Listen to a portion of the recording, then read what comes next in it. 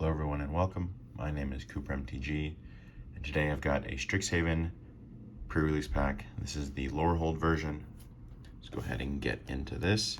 As you can see, I've got the beautiful die from the other pre-release kits that I've opened. We've got two more to go after this one. I'm saving my favorite, Prismari, for last because red-blue was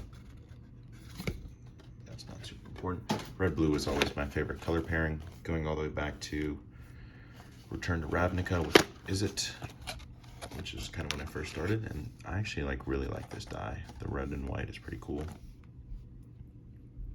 Not sure if it's going to be the coolest one. Maybe at the end of the last one I can look back over them all and see. As we start off here with our promo card, which is a Frostboil Snarl, which is actually pretty sweet to get. Unfortunately, it's not in our Prismari pre-release pack, but still a very nice card. And then we've got a divider, throw that on the ground, and get into our theme pack here.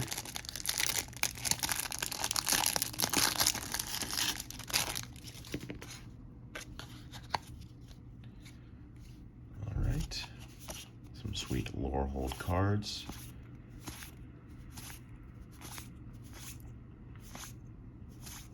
Excavation was always kind of underrated. We got a Lorehold Command. Sadly, kind of an underwhelming card, even in limited. Usually you'd expect a card like that with a bunch of utility to be really strong, but unfortunately, it's just a little bit underwhelming. Let's see what we can get in our draft packs here. Hopefully get some nice Lorehold cards, fill out our deck. There we go, a Lorehold Pledge Mage.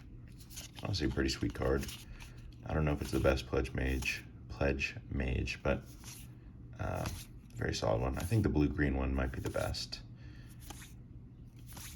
As we've got a Rushed Rebirth. Probably not be playing that, but still a pretty decent card. And a Memory Lapse as well. And an Exhilarating Elocution. Hope I pronounced that right. Tough word.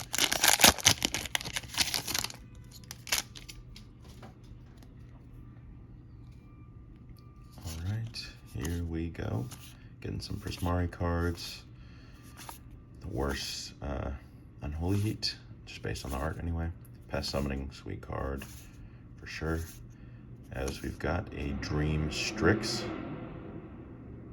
As someone is revving their engine, very loud outside.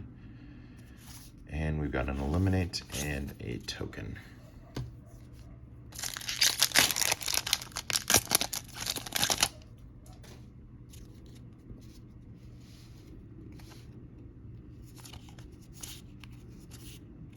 Get another Lorehold land, pretty sweet. I think the campuses were great for limited, being able to scry on a land. I think lands with utility is sweet, at least for limited. Definitely not that constructed playable, as we have a Selfless Glyph Weaver, Tendrils of Agony combo card, and a Professor of Zoomancy, one of those.